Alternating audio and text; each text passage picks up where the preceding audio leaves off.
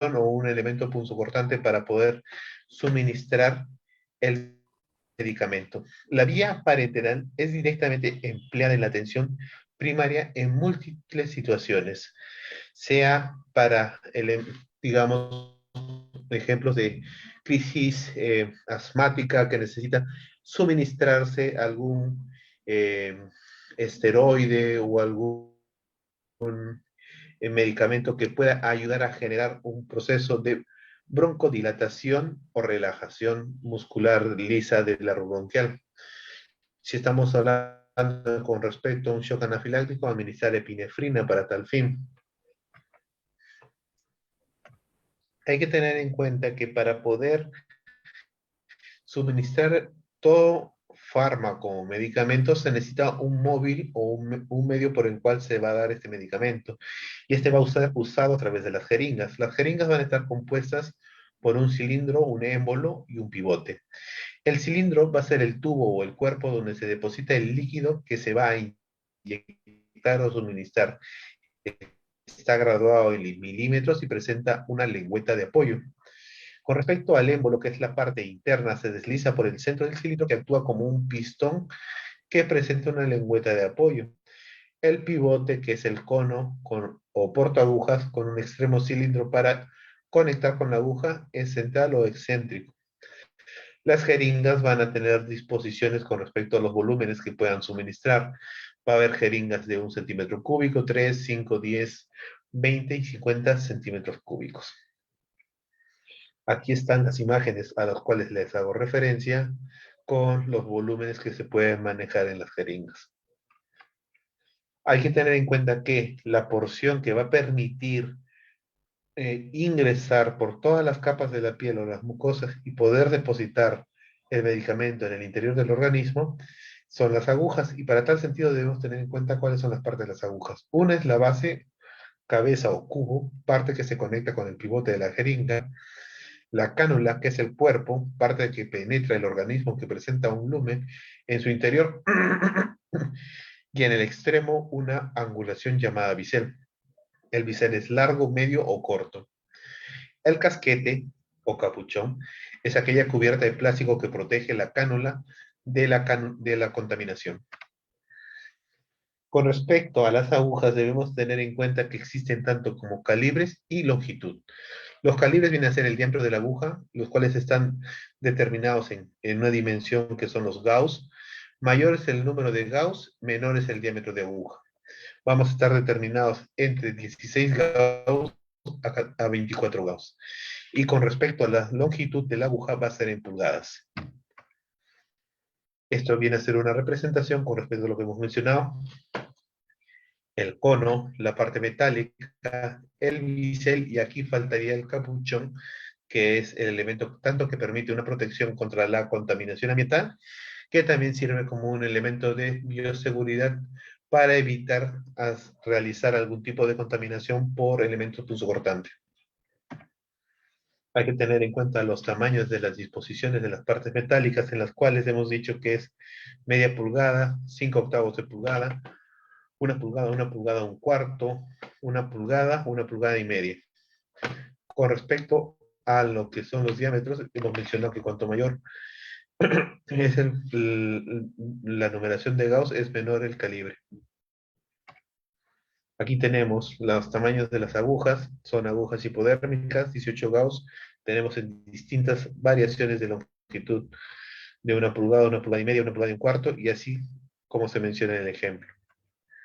Hay que tener en cuenta que para la presentación de medicamentos inyectables pueden encontrarse en ampollas, que son vidrios listos para ser aplicados, o viales o frascos en forma de ámpula. Varía de dosis de solución o de medicamento en polvo soluble que necesitan ser reincorporados o rehidratados para poder después realizar un proceso de homogeneización y poder obtener el medicamento para administrarlo.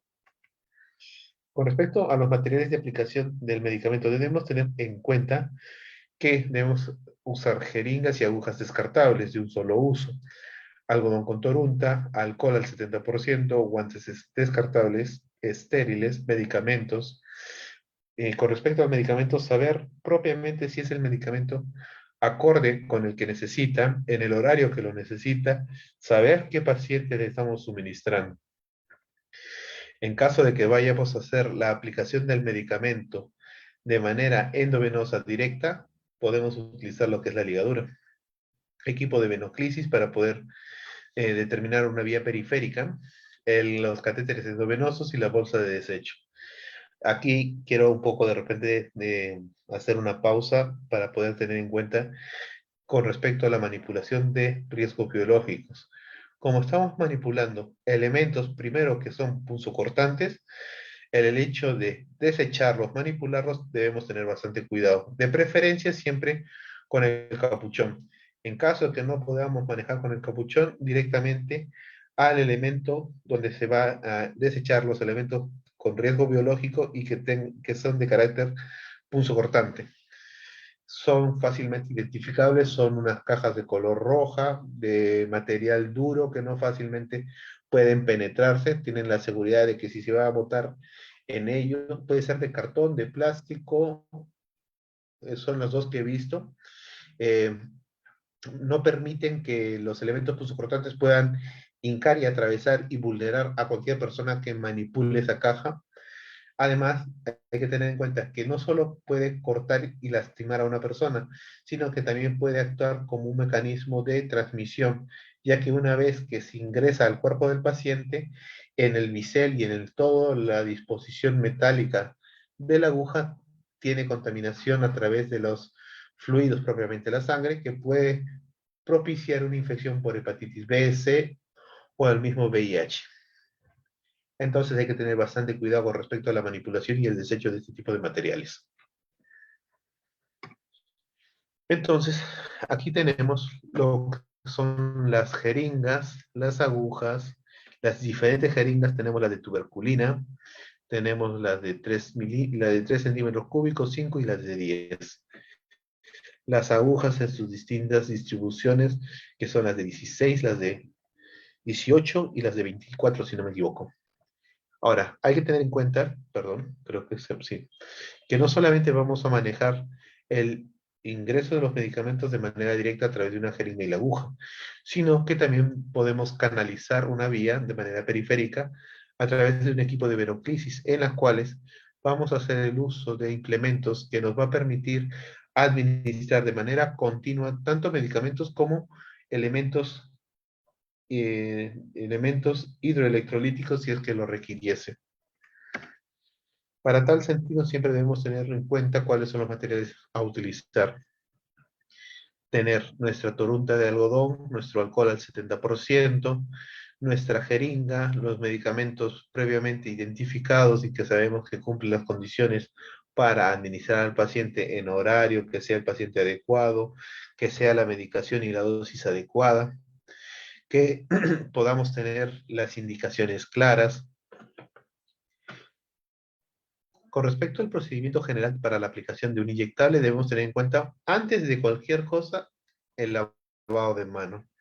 Y para ello, aquí quiero hacer un poco de énfasis, que es importante también en la situación en la cual nos encontramos de la pandemia de COVID-19, ya que el lavado de manos tiene que ser vigoroso, tiene que ser el jabón que llega hacia la región de la palma, con un poco de agua, tiene que generar espuma lo suficientemente en buena cantidad para poder realizar el efecto de arrastre entre las palmas, después por encima de la región dorsal de la mano, una y otra mano, posteriormente se va a los dedos, como vamos a ir mencionándolo adelante, por lo menos teniendo la seguridad de que no vayamos a tener un efecto de arrastre hacia el lugar donde debe estar más estéril o descontaminado. Se debería realizar la preparación de material, sacar el aire, hacer la ubicación de la zona anatómica de aplicación, realizar los procesos de antisepsia en la zona de aplicación y ver lo que es el espiral o lineal, pero un solo trazo. Esto es con respecto al efecto de desinfección de la zona donde vamos a realizar la aplicación del medicamento.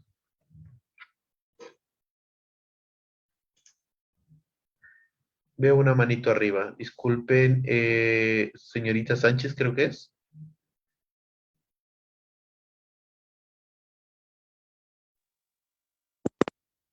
Buenas noches. Lo que pasa es que yo apreté porque a un inicio no se escuchaba bien entrecortado.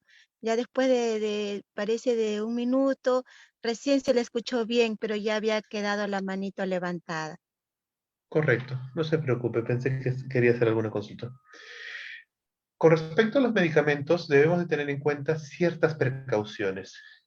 Las precauciones siempre es saber si existe alguna posibilidad de alergia.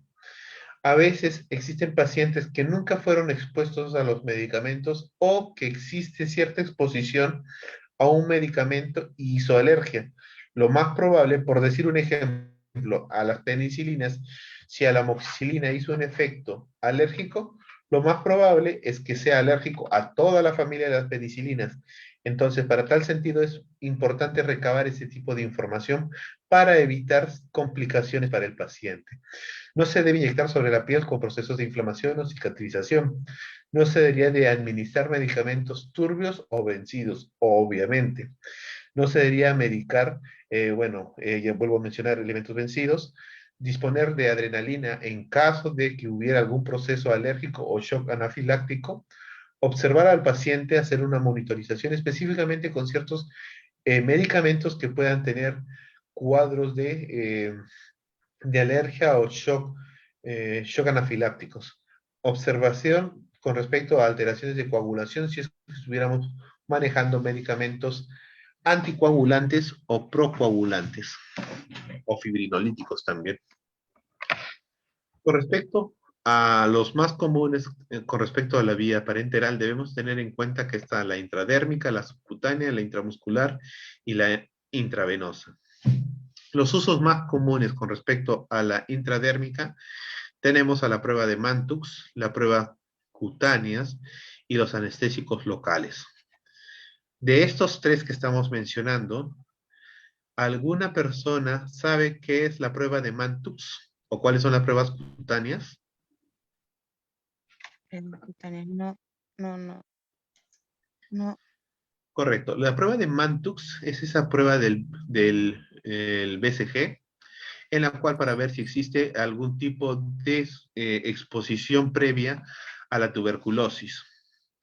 Las pruebas cutáneas son estas pruebas que te hacen en la unidad de inmunología para poder saber si eres alérgico a algo, específicamente lo que es el print test, para poder saber a qué alergeno respondes. Y bueno, los anestésicos locales, ¿quién en su vida no ha recibido alguna sutura por algún corte o caída o golpe? Antes de que se realice el proceso de la sutura, te realizan la anestesia a través de lo que son la vía eh, intradérmica. La otra vía que vamos a ver es la subcutánea, en la cual van a ser usualmente usadas para suministrar insulina, heparina, las vacunas, otros fármacos tales como el salbutamol, la adrenalina, la escopolamina, los analgésicos tipo opioides, los antieméticos, las benzodiazepinas.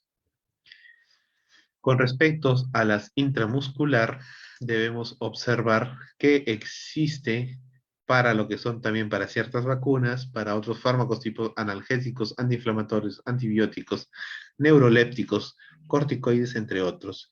Y las intravenosas se deben a medicación urgente como la naloxona, que es el antídoto para los opioides.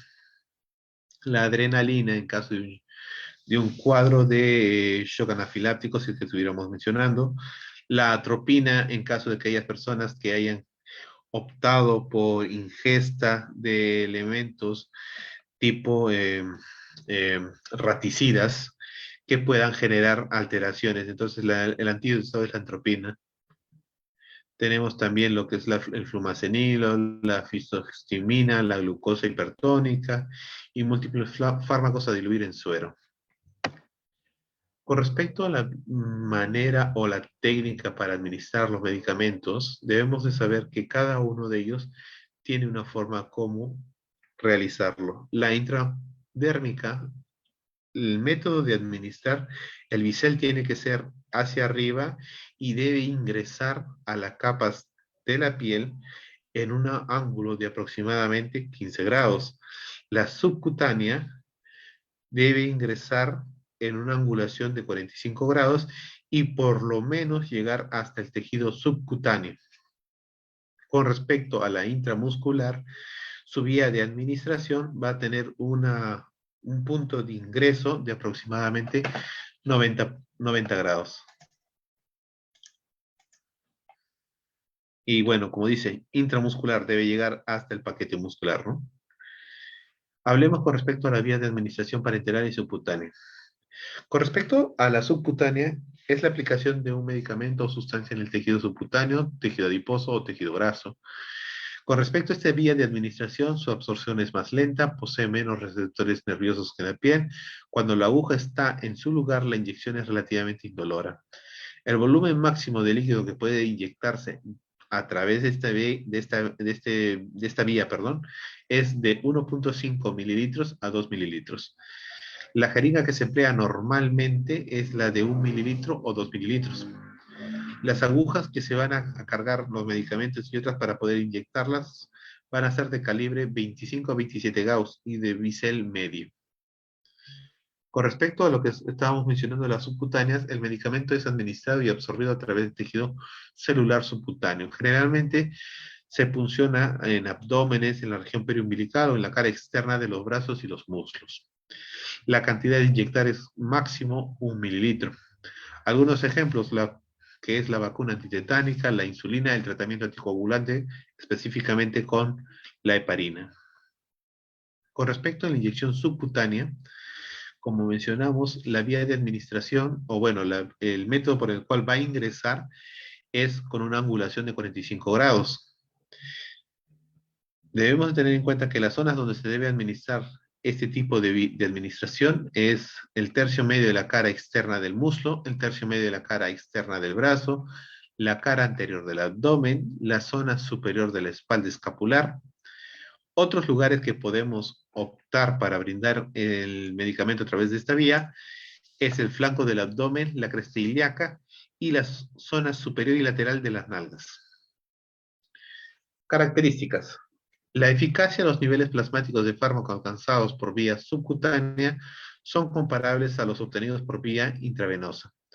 La seguridad de las complicaciones que suelen presentar la vía subcutánea son de tipo local. Se van a presentar características tales como eritema, endurecimiento o infección local si es que no se hace un buen proceso de antisepsia. Procesos posibles de complicación es la salida accidental de la aguja.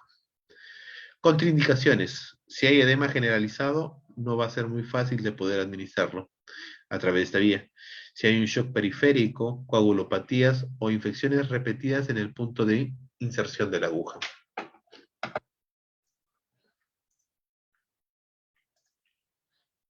Con respecto al equipo que se va a utilizar para ese tipo de administración, se utilizaría un riñón estéril, una jeringa de tuberculina con aguja de aproximadamente de números 26 o 23, con medicación indicada, torunta de algodón con alcohol, torunta de algodón seca y un depósito de desecho, perdón. Con respecto a la técnica de administración, se comprueban los 5 correctos e informa el procedimiento del paciente. Se lava la mano, se limpia la piel con torunta de algodón. En el sitio de punción haga un pliegue con la piel y el tejido subcutáneo y se inserta la aguja en un ángulo de 45 grados. Suelte el tejido, aspire la jeringa y asegure que no haya una aspiración de sangre e inyecte lentamente la solución. No aspirar si se administra heparina. Con respecto a retirar la aguja con movimiento rápido, coloque la torunta seca y presione suavemente. Elimine el material sucio, lávese la mano y registre el procedimiento. Seleccione el sitio de inyección, a continuación limpie la piel en ese lugar con algodón. Ahora, existen varias técnicas, ¿no? Con respecto al proceso para poder hacer un proceso de desinfección de la zona donde se va a aplicar la inyección, existe de manera una limpieza céntrica hacia la región externa, de forma elíptica. Otro es en forma de barrido y ya no vuelves a pasar por el mismo lugar. Lo más importante es tener esa noción de no volver a pasar por donde ya se limpió, ya que podría contaminar la zona que está realizándose el proceso de desinfección. Doctor, disculpe. ¿Le escucho? Doctor, una pregunta. En el ángulo que uno va a inyectar, eh, ¿en ese mismo ángulo es cuando se debe retirar la aguja? Claro. Usted hace el pliegue, coloca la ampolla y saca la aguja y después suelta el pliegue. Claro, o sea, del mismo ángulo, o sea, si yo inyecto a 90, en 90 grados, igual en 90 lo retiro también. Claro, mire, imagínese, ya que no podemos tener la facilidad de que sea presencial, Ujú. si usted ingresa a 45 Ya, y hace cualquier movimiento, recuerde que el elemento de la punta de la aguja es un elemento cortante. Si usted lo moviliza, lo que está haciendo es dañando el lugar donde se está administrando el medicamento. Por eso lo que usted es, ingresa, aplica el medicamento y retira. como en ese mismo ángulo, ya, doctor. Correcto. Eh, entonces, tenemos lo que es, se realiza el pliegue o se peñizca el área donde se va a realizar la aplicación del medicamento, se inserta la aguja con un pliegue, sea en un ángulo de 45 grados, empuja el émbolo completamente hacia abajo sin soltar el pliegue o el peñisco, como les mencioné, se saca la aguja de la piel en el mismo ángulo que se introdujo, cubre el pinchazo con un algodón empapado de alcohol y apriete suavemente unos segundos. Ahora, con respecto a lo que estamos mencionando, ¿qué fármaco se puede administrar por esta vía? Tenemos al ketorolaco, que es un tratamiento analgésico. Tenemos al tramadol, que es un elemento opioide que también va a trabajar con respecto al proceso analgésico. El cloruro mórfico, que también es un analgésico poderoso que se va a dar para el tratamiento de la disnea, mórfico, se da para con respecto al tratamiento de la disnea, la tos, las obstrucciones intestinales y el dolor. El midazolam, que es un ansiolítico, un hipnótico, también se da para el tratamiento de la disnea, la confusión, el delirio y la agitación intensa. Lo que es el levomepromacina, que es para el tratamiento del hipo y la obstrucción intestinal, el aloperidol, perdón, que es para el tratamiento de la obstrucción intestinal, náuseas, vómitos, confusión y delirio, la metoclopramida, que se da como tratamiento de obstrucción intestinal y náuseas y vómitos, dexametasona, que se da como tratamiento de la disnea, tos, anorexia y caquexia, obstrucción intestinal e ictericia colestásica. El bromuro de butilescopolamina, perdón, tratamiento de estertores agónicos y de la obstrucción intestinal. La atropina, que se da para el tratamiento de los estertores agónicos. ¿Qué medicamentos están contraindicados para esta vía? El metamizol, el diazepam, lo que es la clorpromacina y lo que es el fenobarbital. Hablemos de la otra vía, que es la vía intramuscular. Es la vía de la cual se van a administrar sustancias químicas o biológicas en el tejido muscular por medio de una jeringa y aguja. Las ventajas: el medicamento se absorbe rápidamente, se puede administrar mayores cantidades de sustancias más irritantes a comparación de la otra vía. Puede dosificar a mayor cantidad de solución de la vía subcutánea. Desventajas: aunque se puede administrar de 1 a 10 mililitros, volúmenes mayores a 5 mililitros pueden producir un proceso de dolor por distensión. La inyección de las sustancias irritantes puede producir escaras o abscesos locales. La inyección en el nervio ciático puede implicar parálisis, atrofia del músculo en el miembro inferior en el cual se está realizando la aplicación del inyectable. Elección del lugar de inyección. Debemos tener en cuenta que vamos a entrar en la zona de la dorsoglútea. Se localiza en el cuadrante súpero externo de la nalga. ¿Por qué se ubica esta región? Porque tenemos primero la seguridad, como ustedes pueden ver en la imagen, que no vamos a vulnerar ni irritar el nervio ciático. Segundo, que en este cuadrante no existe mucha vasculatura. Por tal sentido, no va a ser fácil de que uno ingrese al territorio arterial o venoso y que pueda ingresar el medicamento a ese lugar. Ese lugar, eh, es el lugar que más fármacos admite, hasta alrededor de 7 mililitros. El paciente puede estar en decúbito lateral, en decúbito prono o en bipedestación. Debe de evitarse su uso en menores de 3 años porque no colaboran. A su vez, existe otro lugar donde podemos utilizar, es la zona deltoidea. Se ubica en la cara externa del deltoides, a 3 veces de dedo por debajo del acromion. Admite hasta 2 mililitros de volumen. La posición del paciente puede estar prácticamente en todas las posiciones: sentado o sedestación, decúbito supino, decúbito lateral o bipedestación. Con respecto a otra región que pudiéramos utilizar es la ventroglútea, en la cual es una de las zonas más seguras. La posición del paciente se realiza en decúbito lateral o en decúbito supino. Admite hasta 5 mililitros de volumen. Junto con la dorsoglútea es la zona de elección para aquellos niños mayores de 3 años.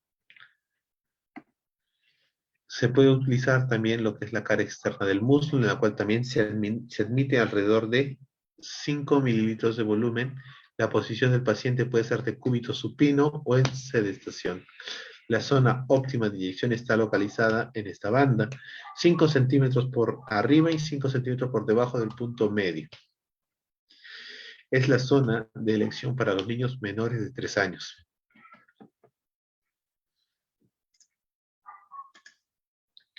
Con respecto a los materiales que se va a utilizar, igual, elementos antisépticos, jeringa, cantidad de fármaco que vamos a administrar será la que se determine su capacidad. Agujas, emplearemos una aguja para cargar el medicamento y otro para poder realizar el proceso de inyección intramuscular. Las gasas, el algodón, los guantes, no es necesario que sean estériles. Procedimientos. Tener en cuenta las 10 Cs. Lavar la mano antes de preparar el medicamento, o seleccionar el sitio de inyección en la zona generalmente que se utilice, y primera elección en la que es el cuadrante superior externo de ambos glúteos. Colocar al paciente en posición correcta de acuerdo a la elección del sitio de inyección. Realizar la asepsia del área seleccionada, aproximadamente 5 centímetros alrededor de la venopunción, de la punción. Retirar el protector de la aguja con cuidado de no contaminarla. Estirar la piel con el dedo índice y pulgar. Sujetar la jeringa con el dedo índice y pulgar de la mano derecha. Introducir la aguja en un ángulo de 90 grados en forma directa. Aspirar para ver que no estemos en un territorio vascular. Colocar al paciente en una posición cómoda. Desechar la jeringa en el recipiente especial para materiales punzocortantes.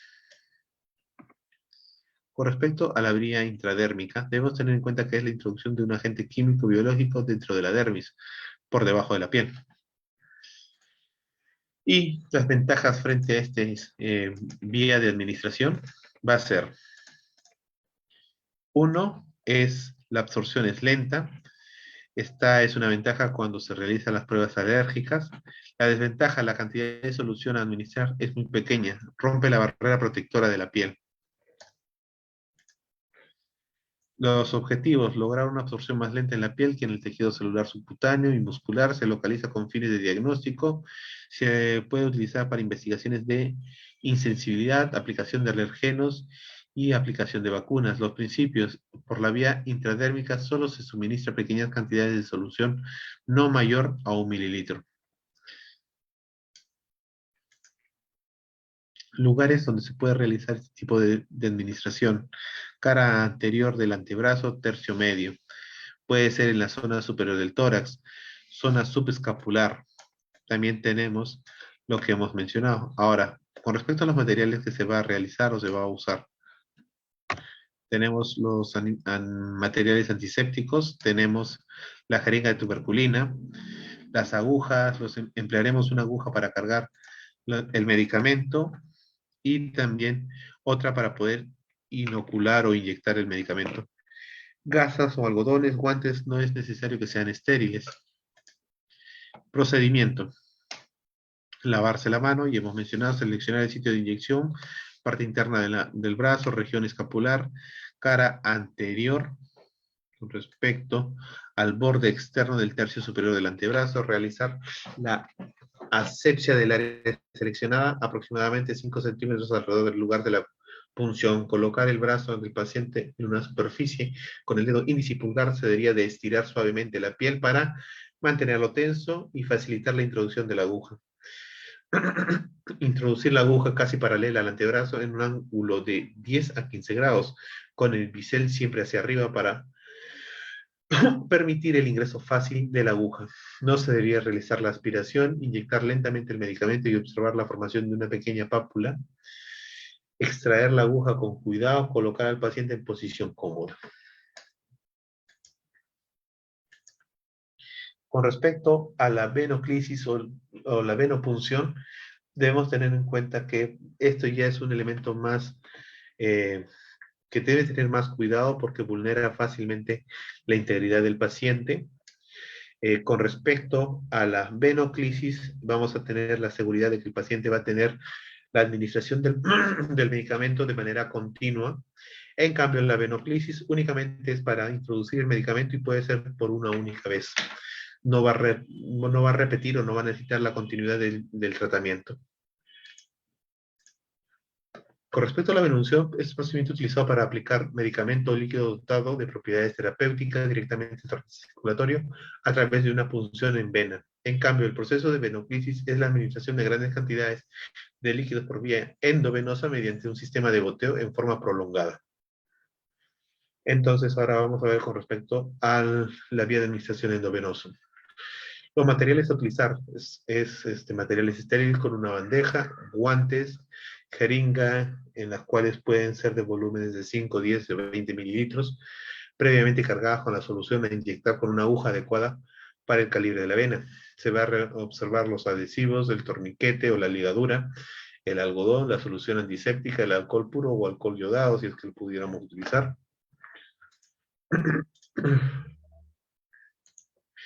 Aquí tenemos los materiales que se van a utilizar, la riñonera, los guantes, la jeringa con la aguja, en lo que es la gasa, en la ligadura y las toruntas de algodón. La forma de cómo vamos a hacer la administración de medicamentos siempre se debe de informar al paciente que se va a realizar antes de todo procedimiento. Se debería realizar el lavado de mano, poner los guantes estériles, preparar el material, colocar el torniquete a 5 centímetros por encima del lugar donde vamos a hacer la punción, seleccionar la vena o el sitio de punción, desinfectar la zona de punción, proceder a la venopunción orientando la aguja con el bisel hacia arriba en dirección al flujo venoso. Ángulo de ingreso va a ser aproximadamente 45 grados con una jeringa con el medicamento. Estabilización de la vena, comprobar que hay un reflujo venoso, o sea, un poco de aspirar para ver si estamos en vena. Administrar lentamente el contenido, retirar de la misma dirección en la que ingresó la aguja, limpiar y desinfectar la zona de inserción, cubrir con un apósito estéril y ordenar el material utilizado. Con respecto a al proceso de venoclisis, vamos a mencionar, raro, un momento por favor. Bueno, como hemos mencionado con respecto a la venoclisis, que es una cateterización de vía periférica, los lugares donde se van a realizar la venopunción pueden ser en la región del miembro superior, a través de la vena cefálica, la vena cubital, la vena basilar y la vena anterobraquial. ¿Dónde se encuentran? Se encuentran justo en la posición donde va a haber la M venosa. Si ustedes, bueno, aquellas personas que tengan menos tejido adiposo, va a ser fácilmente apreciable que la M venosa va a aparecer justo entre el punto de la prominencia ósea del radio y el cúbito, y que va a tener una disposición más medial, como se puede ver, en la cual claramente vamos a ver lo que es la vena cubital, que va a ser que va a confluir hacia la vena basílica y la vena cefálica. Puede ser otro lugar de punción a nivel del dorso de la mano. Seguimos la continuidad de la vena cefálica, perdón, sí está bien, vena cefálica y la vena basílica, Y aquí tenemos un arco venoso que fácilmente va a ser un lugar para poder administrar o hacer una punción para una venoclisis. ¿Cuál es el problema de colocar la punción en lugares de flexión? Fácilmente se infiltran, la necesidad de colocarlo nuevamente o volver a hacer otra punción para poder tener una permeabilidad de la vía. Lo más sugerible o aconsejable es utilizar la vena cubital o un lugar donde no esté justo en el lugar de flexión para así evitar que se pueda infiltrar este tipo de vía. ¿Cuáles son los materiales que se van a utilizar y los equipos? Material estéril con una bandeja, guantes, jeringa, ya hemos mencionado cuáles son los volúmenes 5, 10 a 20 mililitros, previamente cargadas con la solución fisiológica, que puede ser 0.9%, agujas de venopunción, catéter catéter de número 18, 20 o 22 a utilizar, sistema de perfusión, ya sea de macro o microgoteo, adhesivos a medicamentos o soluciones a inyectar, torniquete, algodón, solución antiséptica. Con respecto al procedimiento, ¿cómo se realiza el procedimiento de la venoclisis?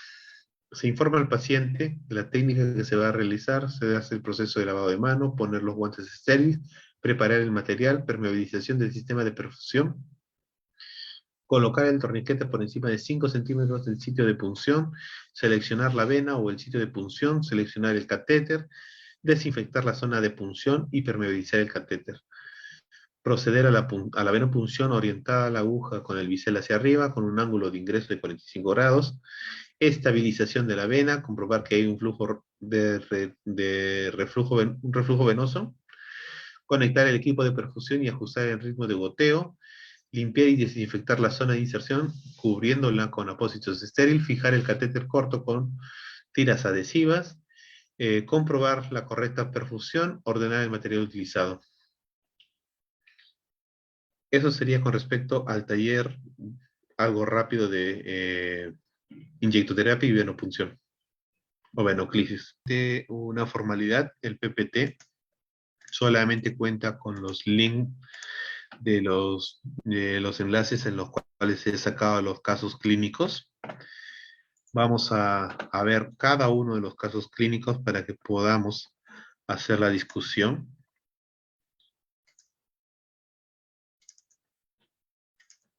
Por favor, de todos los participantes que estamos presentes, me gustaría por lo menos que 2 personas interviniesen y comentaran primero si está mal lo que vamos a ver.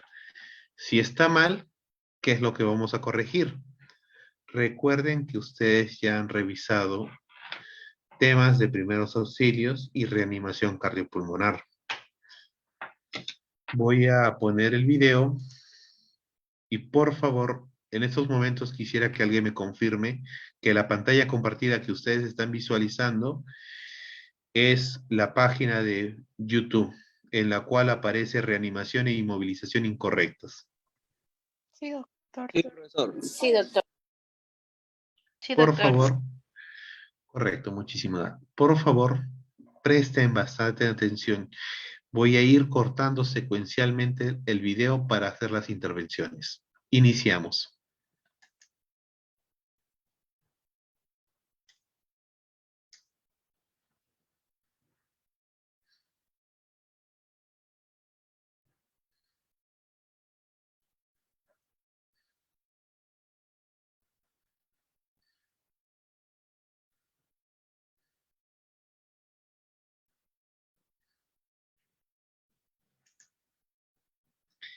En este fragmento de 43 segundos que hemos visto el video, por decirlo así, errores.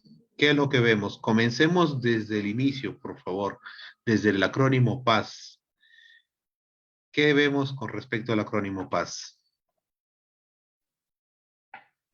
Uno que no llegaron y inmediatamente fueron a atender al paciente, le dieron la vuelta, pero no vieron uno de los pasos que es proteger, ayudar y socorrer, ¿no? bueno, las personas están alrededor, pero no hicieron el tema de si podía contestar o tenía algún tipo de... eh, estaba, como se dice, se tenía su sentido, ¿no? Correcto. A ver, ¿alguien más que desea intervenir para poder yo dar mi punto de vista? Sí, doctor. Bueno, importante lo que mencionan, ¿no? Sobre que no se realizó lo que es primero el aseguramiento, ¿no? De la zona, asegurar si el paciente está consciente, no está consciente, si responde o no responde. Y luego también se hace un movimiento también de la cabeza, creo, ¿no? Entonces no hay una movilización cuando todavía no se sabe qué es lo que le ha sucedido al paciente y pues puede haber una fractura, ¿no? Entonces tiene que asegurarse, ¿no? Lo que es el cuello siempre. Entonces no veo eso tampoco, ¿no? Inicia lo que es el RCP inmediatamente, pero obviamente pasando por alto lo inicial, ¿no? Que se debe primero identificar si el paciente verdaderamente está inconsciente o no. Correcto. Muchísimas gracias por aquellas dos participaciones. Vamos secuencialmente. Primero identifiquemos la zona. ¿Es un accidente domiciliario, un accidente laboral o un incidente o accidente en la vía pública? Accidente, incidente en la vía pública. En la vía pública, ¿se prestaron los primeros auxilios? Por lo que se ve, no hubo primeros auxilios porque el paciente se encuentra en una disposición boca abajo en la calzada. Entonces, para tal sentido, se activó el sistema PAS. En sí, no se activó el sistema PAS, porque nadie está brindando primeros auxilios. No se protegió. Se avisó, sí se avisó, porque de alguna manera llegó el sistema de emergencia, que son los paramédicos. Hablemos propiamente de la actividad de socorrer por parte de los paramédicos. Si ustedes se dan cuenta, saltan sobre la persona. ¿Ustedes consideran que eso es ético y adecuado? No es ético ni adecuado. No, Porque por, por más que uno sea muy ducho, muy experimentado, si se equivoca en saltar, termina aterrizando sobre el paciente. Y si el paciente tiene alguna fractura, le regalan otra más. Vayamos a lo propiamente a lo puntual. El paciente está inconsciente sobre la calzada. No sé si lograron apreciarlo, pero hay una mancha de sangre al costado del paciente. Miren, por favor, con detalle. claro, a la altura de la cabeza. ¿Se dieron cuenta en esta sección? Exactamente, hay un sangrado proveniente de la región cefálica posiblemente. Y si estamos en una vía pública, específicamente al lado de la calzada, este es un accidente automovilístico.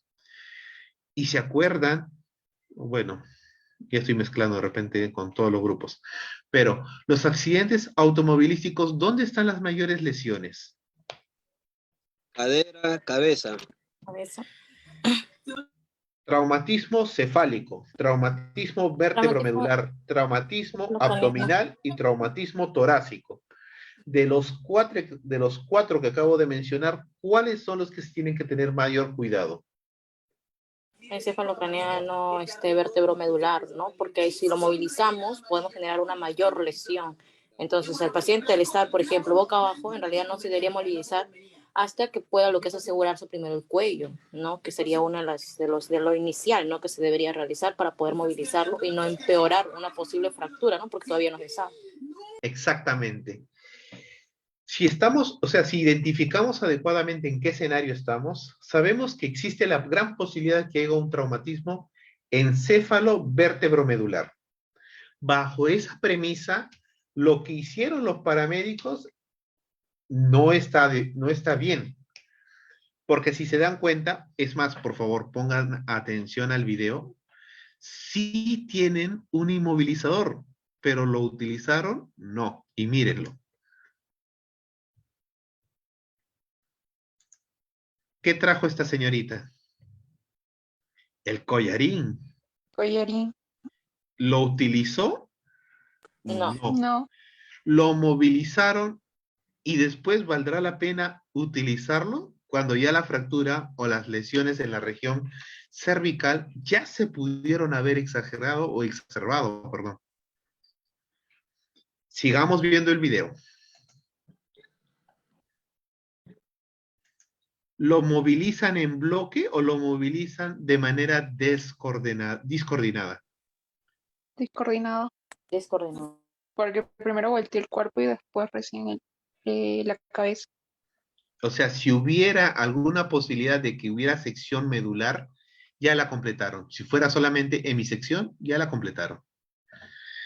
Veamos ahora lo que es el RCP, porque supuestamente ya vieron que el paciente no responde, no tiene frecuencia cardíaca y no tiene frecuencia respiratoria. Aunque ustedes llegaron a observar que hicieron esta evaluación, No, porque le tomé un pulso radial, no el carotido. supusieron de que el paciente está en una condición de parada cardiorrespiratoria.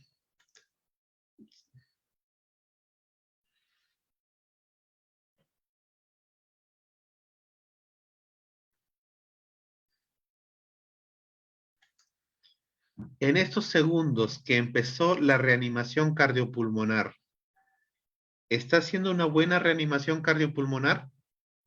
¿Cuáles son las consideraciones que uno debe tener para brindar un RCP de gran calidad? Bueno, las compresiones, ¿no? Las compresiones, a qué nivel deben de ser. También tiene que ser lo que es la ventilación, la compresión, ¿no?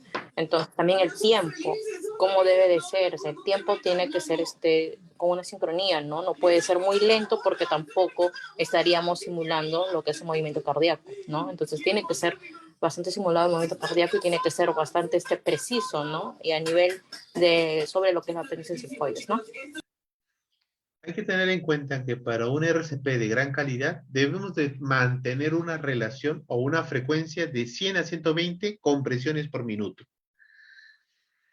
Y que cada compresión por lo menos pueda deprimir el tórax, dependiendo de la unidad que quieran ustedes utilizar, de 5 a 6 centímetros o de 2 a 2.4 pulgadas.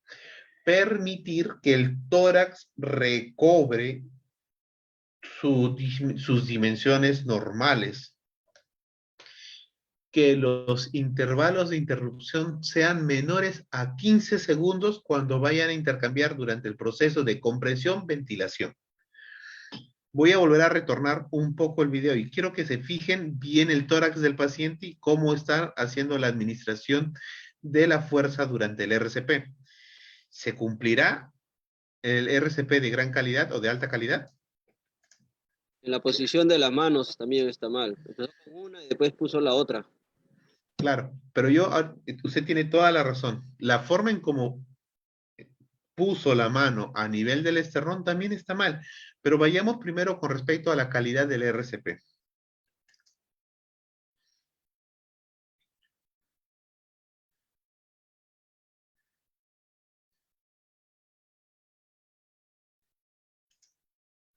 ¿Permite la descompresión total de la caja torácica? No, no se ve que tiene una compresión total. Entonces, ¿aplica un buen RCP? No, No. con respecto a lo que es el RCP de alta calidad. Vayamos con respecto a la técnica del RCP.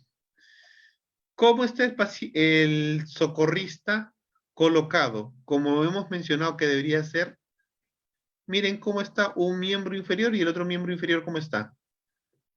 Levantado. Flexionado. No, ¿Ustedes creen que va a tener la estabilidad necesaria para continuar haciendo el RCP durante el tiempo necesario? no, No. ¿Hizo su búsqueda de sus reparos anatómicos para hacer el RCP?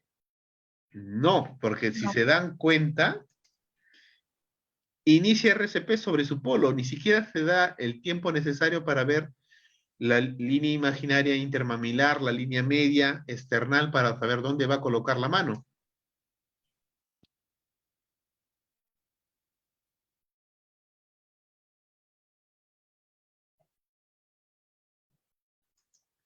y coloca inadecuadamente el talón de la mano para poder hacer las compresiones. Continuemos, por favor, viendo el video.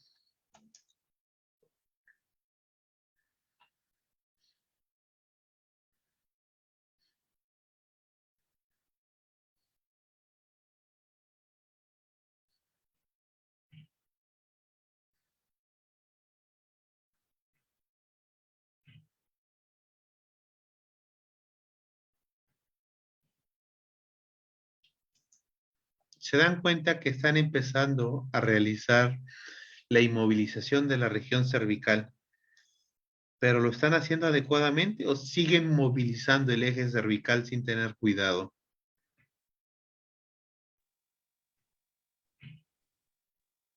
Sin el cuidado respectivo.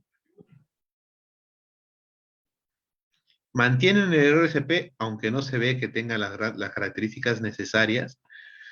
Y bueno, la inmovilización, no sé de qué tanto servirá si es que llegan a colocarle el collarín. Continuemos.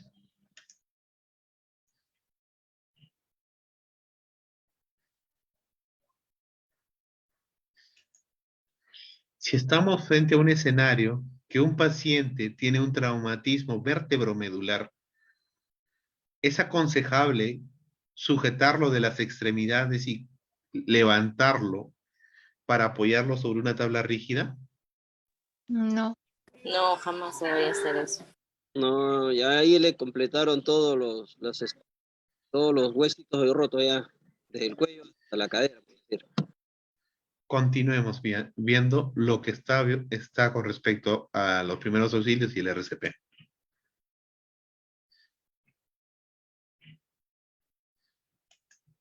¿Cómo se encuentra la región cefálica? ¿Está inmovilizada o sigue siendo moviéndose a cualquier lugar?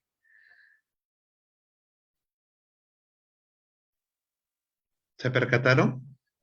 no podría retrocederlo un poquito. Por favor, dele prioridad a la región cefálica en esos momentos.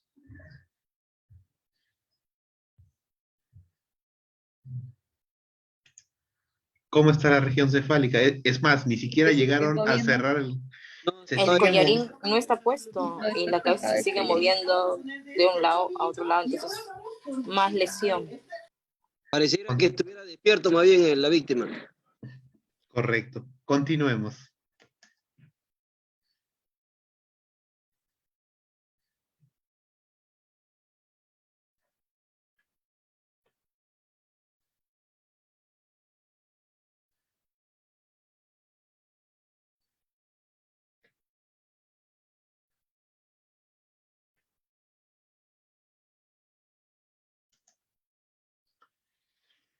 Durante el traslado de la víctima del asfalto a la unidad especializada de transporte, ¿se inmovilizó al paciente?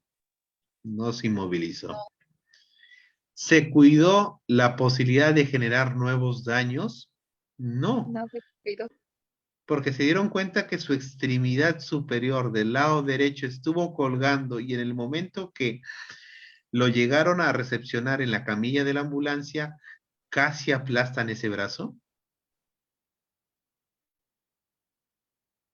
Entonces, nosotros acá no estamos criticando, porque no estamos en el escenario ni tampoco bajo el estrés de querer brindar una adecuada atención, pero sí podemos aprender de los errores de otras personas. Entonces, primer error que hemos visto en este video. ¿Hubo paz? No hubo paz. No hubo protección, no hubo... Sí hubo activación del sistema. ¿Hubo socorrer? Hubo cualquier cosa, pero no se socorrió al paciente. no, No se brindó inmovilización cervical, no se movilizó en bloque, no se trasladó o no se protegió al paciente crítico durante el traslado y sobre todo, RCP no se hizo adecuadamente. Ustedes, como espectadores externos, ¿cuál es el pronóstico que le dan a ese paciente? Bueno, Mal pronóstico, quizás con lesiones mayor aún de las iniciales que tenía, ¿no? Y mal pronóstico, definitivamente, desde todos los puntos de vista. Correcto, yo concuerdo. Ese pronóstico, si el paciente sale complicado, sale o vegetativo, con disfunción motora, sensitiva, cognitiva, o sale muerto. Para tal sentido, siempre hay que tener cuidado cuando uno aplique los primeros auxilios y las maniobras de RCP. Acuérdense siempre de los limitantes que uno puede tener. Puede conocer la teoría, cómo hacer el tratamiento, cómo se administran los fármacos, cada qué periodo voy a hacer la evaluación. Pero si no tiene la experticia o la experiencia técnica para realizarlo, mejor evitar tener problemas porque podemos complicar al paciente. Continuemos con el video, por favor. Ahora, esto más parece un caso simulado, pero de todas maneras, me gustaría que lo vean e identifiquen los problemas, los errores, qué es lo que hubiéramos hecho, perdón. Y al finalizar, al igual que el otro caso, me gustaría que me digan cuál es el pronóstico.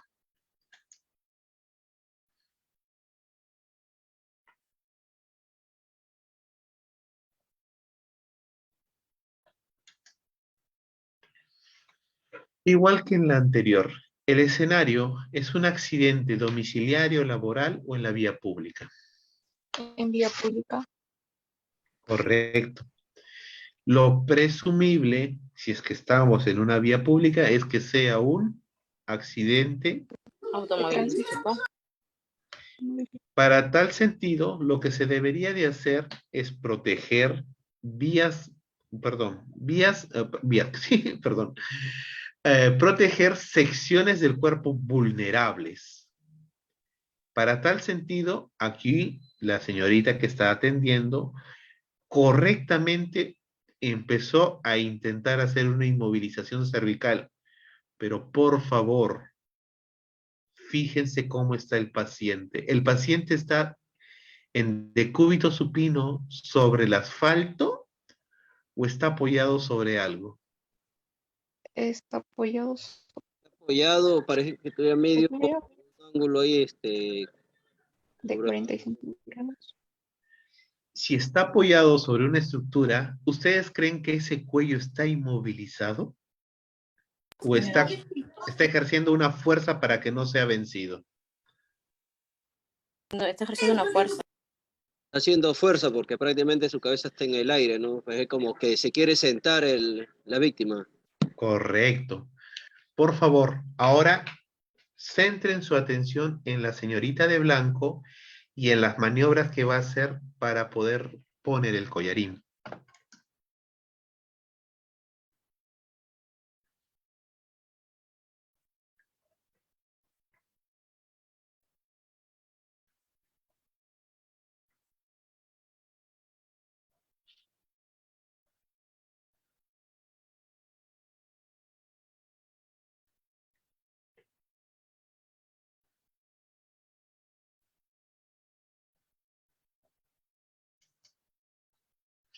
En estos segundos que ustedes han visualizado, ¿la señorita quería colocar un collarín o quería colocar un casco?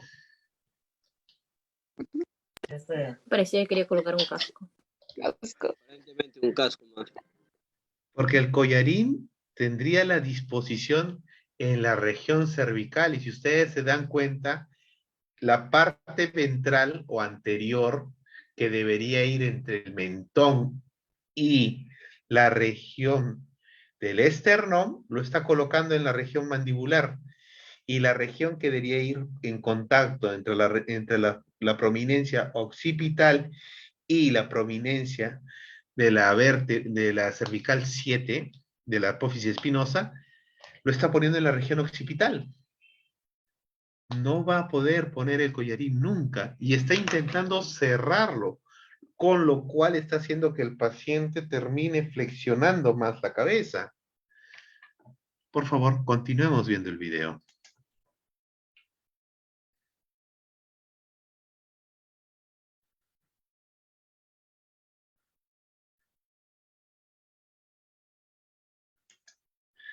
Supongamos que la persona de blanco sea una persona que está haciendo sus rotaciones prácticas. La persona que le acompaña está realizando supuestamente una tracción cervical. ¿Pero ustedes creen que está haciendo una buena tracción cervical? ¿O lo que está haciendo es un proceso de estrangulación al paciente? Le estás estrangulando. O sea, aparte, o sea, disculpen mi sonrisa, pero aparte de realizar un proceso que le está realizando un trauma cervical, están privándole de oxígeno porque si se dan cuenta, las falanges del segundo o tercer dedo van hacia justo donde va la región carotidia del lado izquierdo y el pulgar lo más probable es que esté aplicando también la misma fuerza en la región carotidia del otro lado. Si privas a través de un proceso opresivo, la perfusión que necesita el cerebro será idónea. No, y puede perder la conciencia mucho más todavía. O sea, puede complicarse, pero no necesariamente debido al daño del traumatismo, del accidente, sino al ejercicio inadecuado de una tracción. Bueno, ni siquiera se podría mencionar de una tracción, sino de un estrangulamiento. Por favor, continuemos viendo.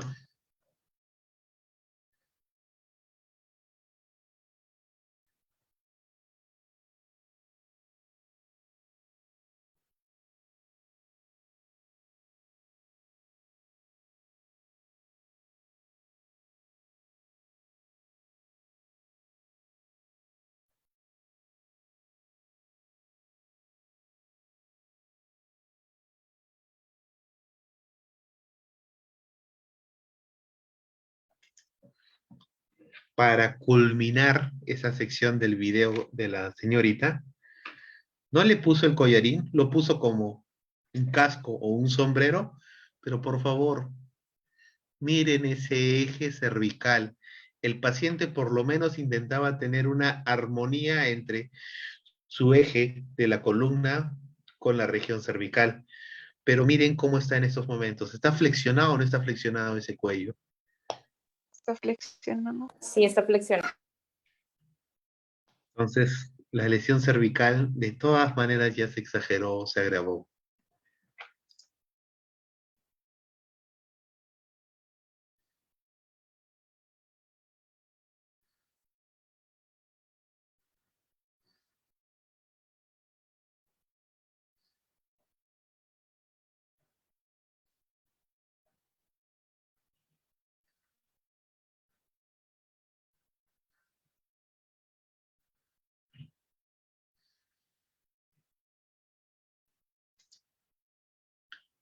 Conclusiones de ese segundo video.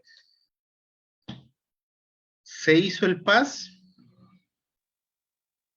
Por lo visto, no. No.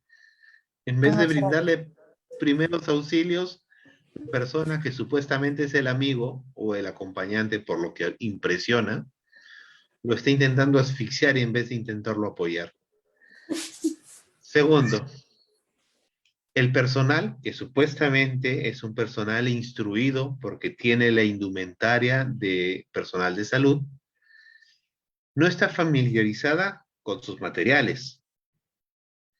¿Cómo es el uso de los materiales? ¿Cuál es el aspecto científico y técnico de las maniobras durante la atención? ¿En qué sentido?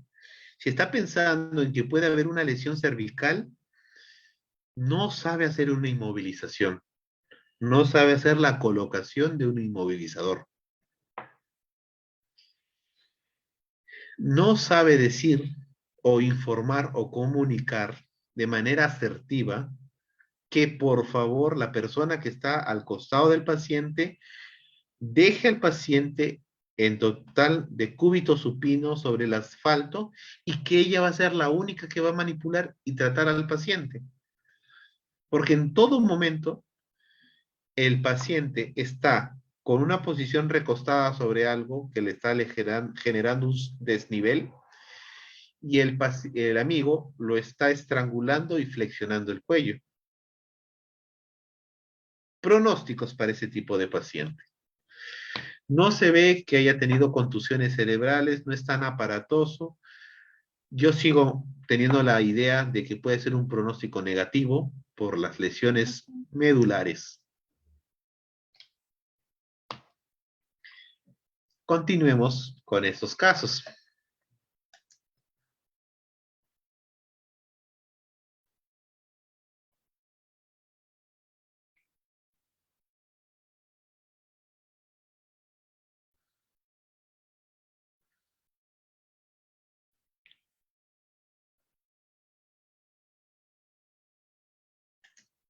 Ubiquemos el contexto de la situación. ¿Dónde estamos? ¿Ambiente domiciliario, laboral, vía pública o en este caso un lugar de esparcimiento? Esparcimiento. Parece, Lugar de esparcimiento. menor, Playa. ahogado, ¿no? Lo probable es que sea un ahogado, perdón, es un nombre. Por favor, visualicen en todo momento al hombre, al salvavidas, con el gorrito de color marrón o beige. ¿Qué es lo que realiza? Y después vamos a volverlo a retroceder para ver al otro socorrista.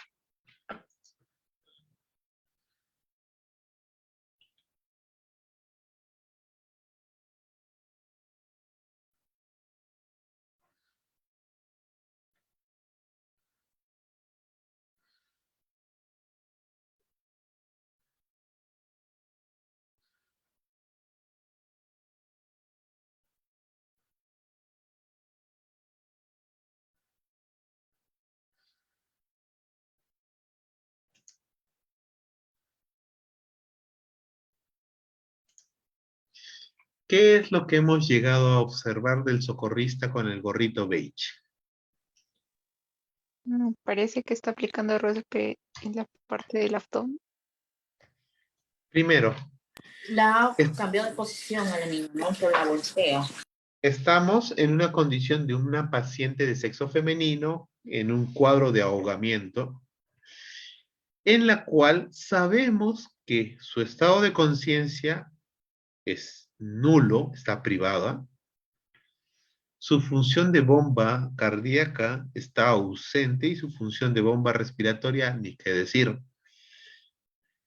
Estos tres elementos conjuntos, ¿qué nos indica para realizar prioritariamente? ¿El lateralizarle o el iniciar el RCP? El inicio del RCP. Iniciar el RCP. ¿Se inició RCP? Negativo. No, Le empezaron a hacer manipulación abdominal con la intención de vaciar el contenido gástrico que presumiblemente sea agua, pero eso le va a ayudar al paciente o a la paciente. no. Se dan cuenta que de repente en lo que son las personas que están cerca a la accidentada, hay alguien que le empieza a reclamar como que si tuviera ciertas nociones. ¿Y qué es lo que hace el otro socorrista? Por favor, tengan bastante enfoque en esa situación.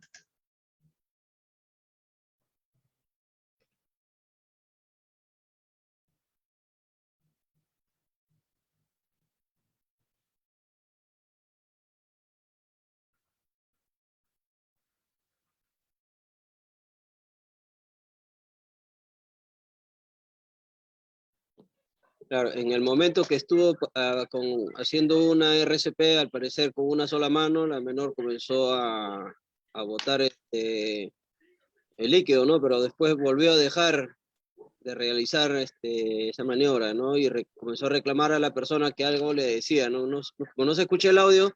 No, no, claro, no se escucha el audio porque no tiene audio. Sino este video o esta sección del video fue escogida con la siguiente intención. Ustedes, cuando están aplicando sus primeros auxilios, su RCP, se concentran con su equipo en el paciente. Se puede caer medio mundo, les pueden decir lo que sea, pero ustedes aplican sus conocimientos.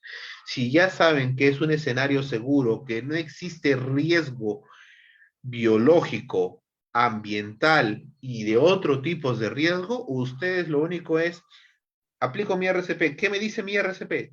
30 compresiones, 2 ventilaciones. 30 compresiones, 2 ventilaciones. ¿Qué es lo que tengo que tener en mi RCP? RCP de calidad. De 100 a 120 compresiones por minuto. Debo comprimir el tórax entre 5 y 6 centímetros de profundidad. Permitir que el tórax recobre sus dimensiones normales. Mis intervenciones no deben retrasar las compresiones. Y si este socorrista, que de todas maneras tuvo que haber recibido algún curso de reanimación cardiopulmonar, esos segundos que se toma para discutir, reclamar o confrontar a la persona que le está haciendo algún comentario, vulnera la integridad del paciente. Entonces, ustedes se centran únicamente en el paciente, a menos que alguien de su grupo les diga, no, yo lo relevo porque estoy viendo que hay mala técnica. Eso sí es adecuado. Uno tiene que ir haciendo un checklist, un control, una revisión, tanto de las maniobras que yo hago y de las maniobras de mi equipo que interviene. Entonces hay que tener bastante cuidado. Por eso el aspecto emocional, el aspecto del aspecto de la psiquis del socorrista tiene que estar netamente centrado en su trabajo y en la actividad que va a realizar. Continuemos.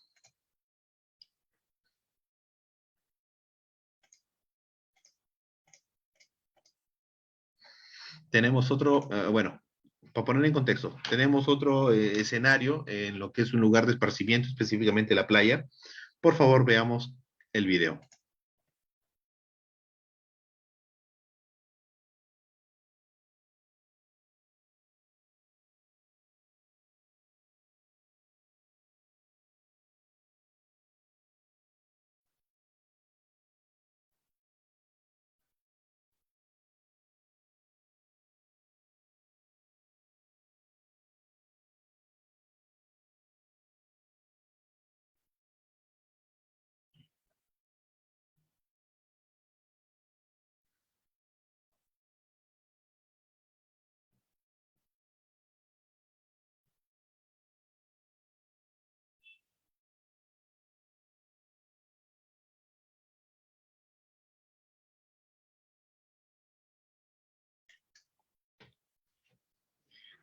A ver, ¿consideran que se está realizando primeros auxilios? Hablemos desde el inicio, desde el acrónimo PAS. ¿Se protege al accidentado? No, porque está muy cerca de la orilla en ese caso también, ¿no? Y puede, bueno, nuevamente puede venir el agua, ¿no? Y lo pone en vulnerabilidad. Concuerdo con usted, aunque la distancia es más o menos segura, pero fíjense dónde está cerca la región cefálica del paciente. Esto parece un lugar que tiene rocas. Puede haber un desprendimiento, algún curioso se subió arriba y puede generar un desprendimiento que puede terminar lesionando o lacerando la región cefálica. Entonces no se protegió adecuadamente. Avisar a un servicio de emergencia o dar activación al sistema de emergencia, no se ve que nadie saque un teléfono para llamar. Se fueron de frente a socorrer, empezaron a hacer reanimación cardiopulmonar. A comparación del video anterior, ellos tuvieron la consideración de poner algo firme o rígido para iniciar el RCP. Pero estas personas no están cumpliendo, primero, la frecuencia de compresiones, que debe ser mínimamente intervenido en cada compresión, porque se dan cuenta que él comprime, después la otra persona comprime, le ventilan, hacen una parada, reinician compresión. O sea, RCP de gran calidad no se le está realizando. Continuemos viendo el video y aquí quiero que vean si le hacen una reevaluación o no.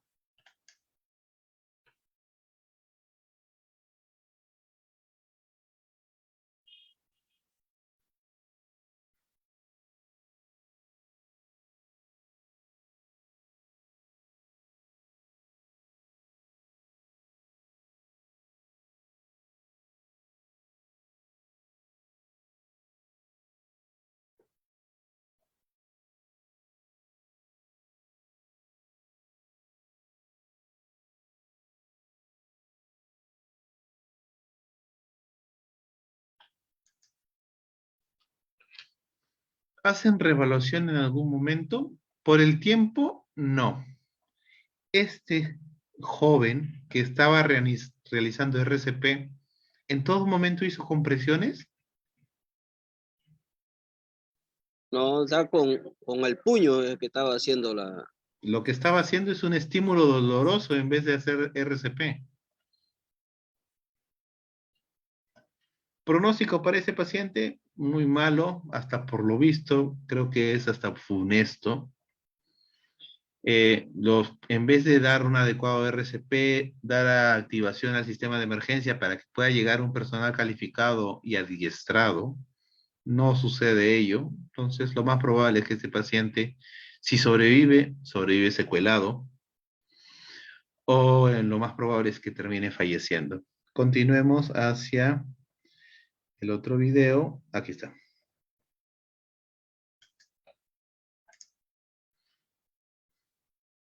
Tomen bastante importancia, por favor, a este video para poder pasar a los subsiguientes.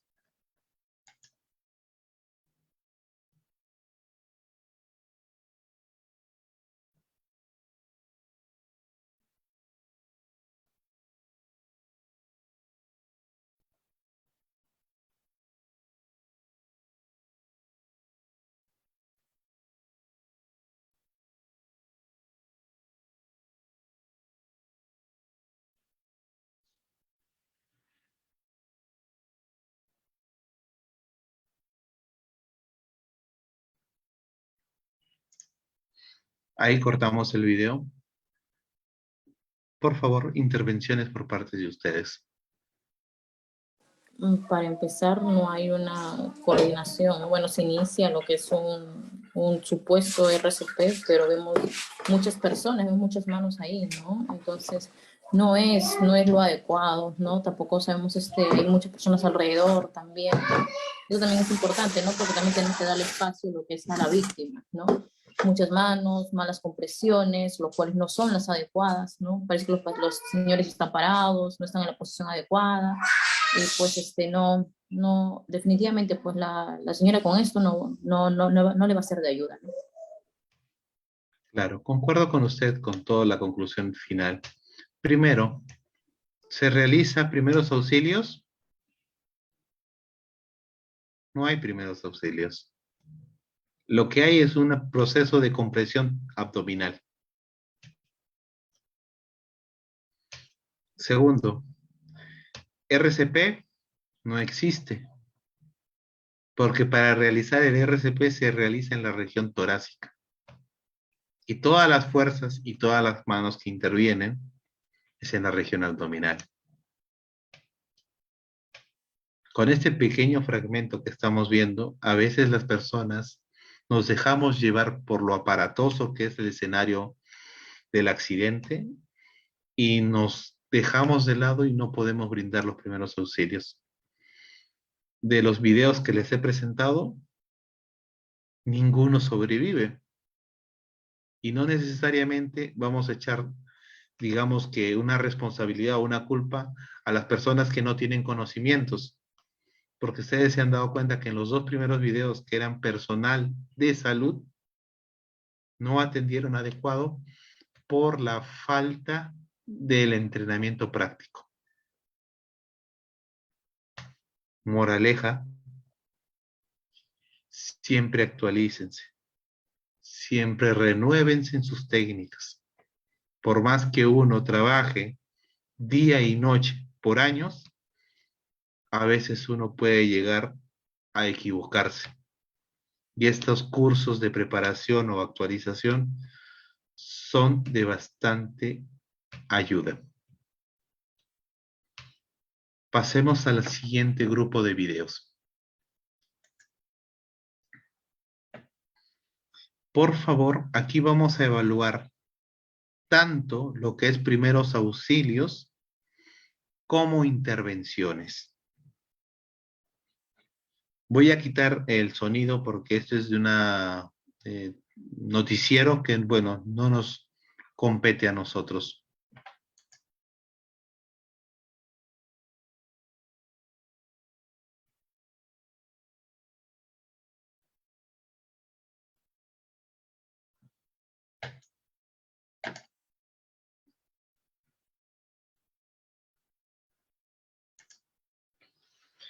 En ese fragmento, ¿qué es lo que hemos observado? Un accidente vehicular, ¿verdad?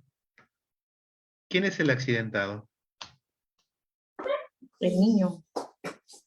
El niño. Un paciente pediátrico. Este paciente pediátrico, posterior al impacto recibido, ¿impresiona que está consciente o está inconsciente? Inconsciente. Sabemos que hay un paciente inconsciente con traumatismo proveniente de un accidente automovilístico. ¿Deberían de haberlo levantado como lo levantó la familia? No, no, porque empeora lo que es las lesiones, ¿no? Empeora, claro. Puede generar daños. Puede generar daños. Primero no se evalúa al paciente, no se supo cómo están sus funciones vitales, si sí o sí está consciente o está inconsciente. Imagínense que producto del traumatismo, del impacto, inició súbitamente un paro cardiorrespiratorio. El papá, obviamente, bueno, el papá o el familiar que lo levante en brazos por el hecho de la angustia o el escenario emocional, no le está brindando RCP. Y cuanto más tiempo mm, retrase el RCP, ¿quién sufre mayor daño? Las células cerebrales. El cerebro, exacto.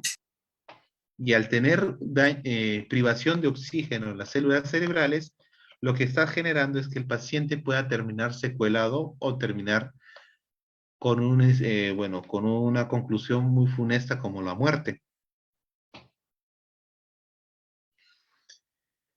En este caso, que es un único video chiquito con respecto a un paciente pediátrico, es tener bastante cuidado. Y ahora, ¿por qué lo escogí? Imagínense que ustedes estuvieran al costado. ¿Con cuántos pacientes trabajarían ustedes? ¿Con uno solo, el paciente pediátrico?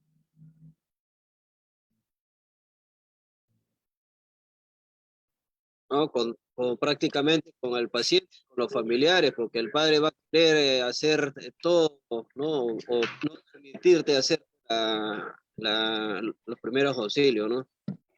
Correcto. Para tal sentido, este video fue seleccionado con la intención de que ustedes tengan en la cabeza de que el paciente no solamente es uno, sino es toda una constelación de determinantes, de intervinientes. Más aún cuando son pacientes pediátricos y pequeños o neonatales, peor aún. Porque ustedes, mientras realizan la intervención de los primeros auxilios, tienen que brindar un sosiego o un efecto tranquilizador a la familia. Porque en su desesperación, en su estrés emocional, pueden aumentar los daños. Como lo vieron, supuestamente creo yo que es el padre que lo levanta en brazos y se lo lleva. Y no sé si lograron observar, vuelvo a retornar el video. Miren cómo está la región cefálica del paciente. Rebota, rebota y rebota. Si hubiera una lesión cervical, en su querer ayudarle, le complicó. Pasemos al siguiente video. Este sí tiene sonido importante, una información importante. Ahora sí, esos dos últimos videos, vamos a hacer la siguiente eh, metodología. Nos van a presentar un caso, un contexto. Voy a pausar el video y según el contexto, si ustedes estuvieran ahí como paramédicos, cómo intervienen, cuáles son sus intervenciones, cuál es su tratamiento farmacológico si es que lo conocen, y qué es lo que esperaríamos durante el traslado del paciente. ¿Qué haríamos si eso? Si realizamos monitorización, si solamente le damos oxígeno, por citar ejemplos. Por favor, tengan bastante enfoque en este paciente.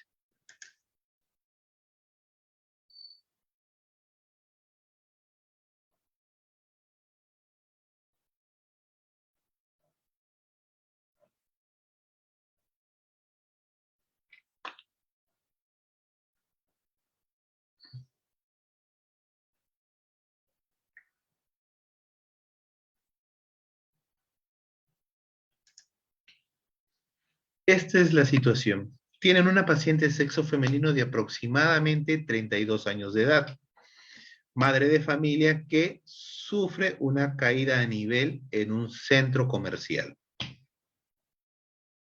Ustedes como paramédicos, primeros socorristas, ¿qué es lo que realizan? Bueno, primero, asegurar, ¿no? Que sea bueno, que sea un lugar seguro. Me acerco a la paciente, identifico que verdaderamente está inconsciente, verifico si está respirando o no está respirando. Luego hay que asegurar también lo que es la vía aérea, ¿no? En este caso, veo, ¿no? Cómo está la paciente, le hago lo que es la maniobra frente mentón, podría lo que es iniciar, lo que es bueno, en este caso también se inicia lo que es un RCP, y posteriormente, ¿no? Ya se debe de hacer lo que es una historia clínica, ¿no? Porque acá nos menciona, según el video, que la paciente es una sobredosis de heroína, pero nosotros en primera instancia eso no lo sabemos, ¿no? O sea, simplemente no nos encontramos quizás con una paciente que está así en esa posición, ¿no? O sea, que no sabemos qué es lo que ha sucedido, ¿no? Puede ser múltiples causas. Y ya y obviamente, ¿no? Previamente pedir ayuda, ¿no? Llamar lo que es a la ambulancia, ¿no? O pedirle a alguien, ¿no? Si hay una persona cercana, ¿no? Delegar funciones, ¿no? Usted, señorita, por favor, llame, ¿no? Llame lo que es los paramédicos, a la ambulancia, ¿no? Iniciar lo que es inmediatamente RCP, porque también vemos, si la persona no está respirando, está inconsciente, y lo que más tenemos que asegurar nosotros es primero también lo que es la respiración, ¿no? Que la paciente reciba el adecuado oxígeno, porque mientras no recibe el oxígeno, obviamente va a haber muerte de células cerebrales, ¿no? No sé si algo más quieren acotar, mis compañeros. ¿Alguien más desea adicionar algo más a la explicación de su compañera?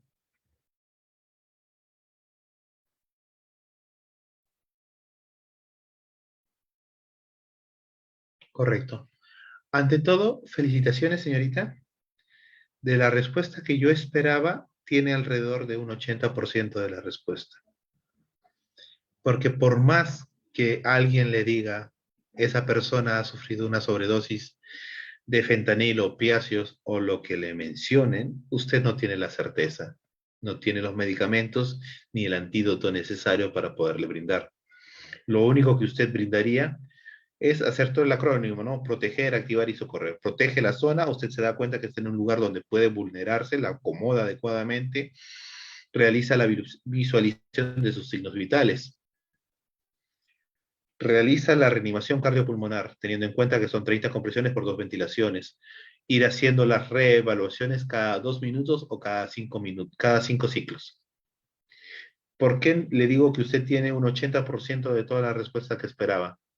Porque al igual que el caso anterior, usted se olvidó de su otro paciente. Su otro paciente es su hija de la paciente. Porque usted no puede desligar ni tampoco desentenderse. En el estado de shock, de estrés emocional, esa niña puede lesionarse, puede afectarse. Y usted, con el hecho de solamente sosegarla, tranquilizarla, evita estos problemas. Entonces, yo le agradezco bastante su participación. Todos estamos acá para continuar aprendiendo y también empezar a darnos cuenta que no solamente la esfera del tratamiento o de nuestro desempeño solamente es ver al paciente y solamente me enfoco en el paciente, es qué es lo que sigue, qué constelación está cercana al paciente. Continuemos con el último video para ya dar por concluido la sesión.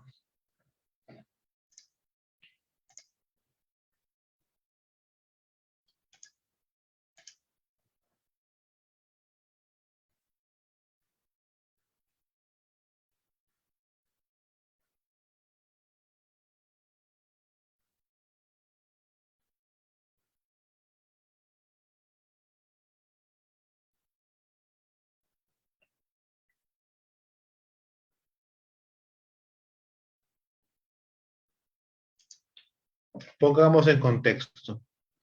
Usted está en su unidad de transporte, la ambulancia, en la cual se les llama para que puedan acudir a un centro domiciliario porque hay un paciente de sexo masculino, pediátrico de aproximadamente 7 años de edad, el cual tiene movimientos involuntarios.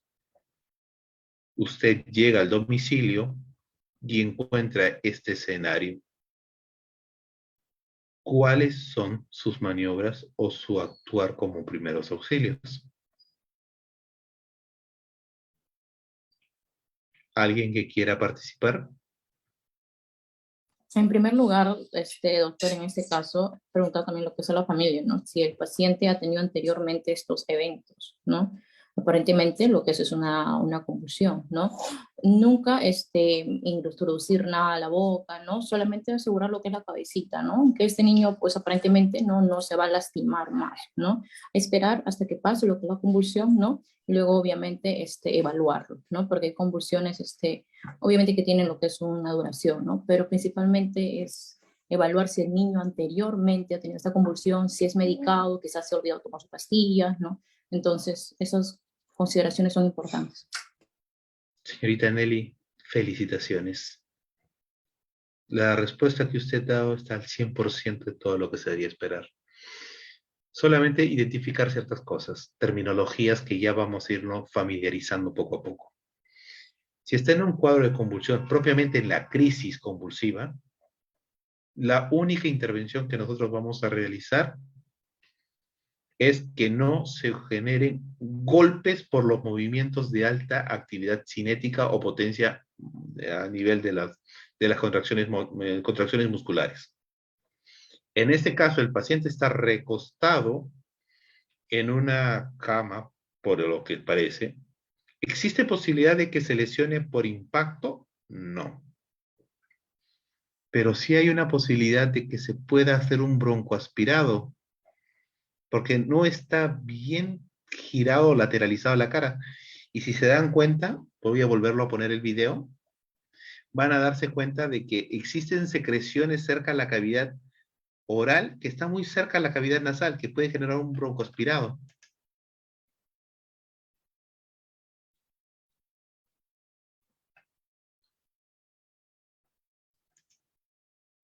Entonces, lo que sería es asegurarnos la vía aérea.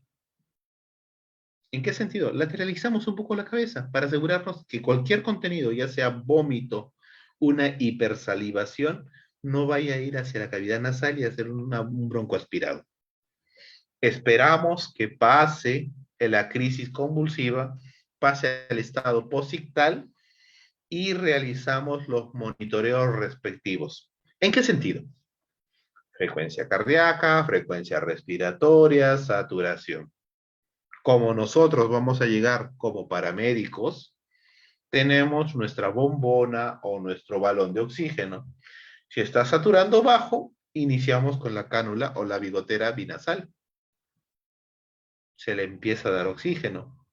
No maneja oxigenación adecuada, pasamos a algo de mayor aporte de oxígeno. Mascarilla, máscara de reservorio, según lo requiera. Durante todo este periodo vamos a ir recolectando la información necesaria. Cuando son pacientes pediátricos, específicamente en aquellos que vayan desde los 5 meses hasta los 5 años, pueden convulsionar por cuadros febriles. No es lo frecuente, pero sí se da. Entonces, ¿cómo pueden prevenirse estos cuadros convulsivos? Se le indica a la mamá o al papá o a la familiar a cargo de que el paciente cuando empieza a tener cuadros de fiebre se le debe de manejar con algún antipirético, porque aquellas personas que tengan este predominio van a convulsionar con picos febriles, pero únicamente aquellos pacientes que lleguen hasta los 5 años. Posterior de esto, tengo 40 grados centígrados, ¿voy a convulsionar? No, a menos de que hubiera alguna patología a nivel del sistema nervioso central. Ya tiene antecedentes de que sí convulsiona. ¿Tomó su medicación? Sí tomé medicación. Ah, ya. ¿Y cuándo fue la última vez que fue en donde su neurólogo? Ah, no, es que yo ya no lo visito hace 3 años. Entonces, no está teniendo un control. Por más que está tomando un fármaco, un medicamento anticonvulsivo, nadie le está haciendo la secuencia o el seguimiento y nadie le está dando sus rangos terapéuticos adecuados. Este paciente, si debutara con una convulsión y no tiene antecedentes, se lo controla, se lo monitoriza y se lo traslada a una unidad hospitalaria para que en la unidad hospitalaria inicie el estudio, dé con el diagnóstico e inicie el tratamiento. Chicos, les agradezco su tiempo, el interés y sobre todo la paciencia para poder, después de culminar una clase de teoría, aplicarlo en lo que vendría a ser casos clínicos. Por mi parte, me despido, a menos de que hubiera alguna duda o consulta,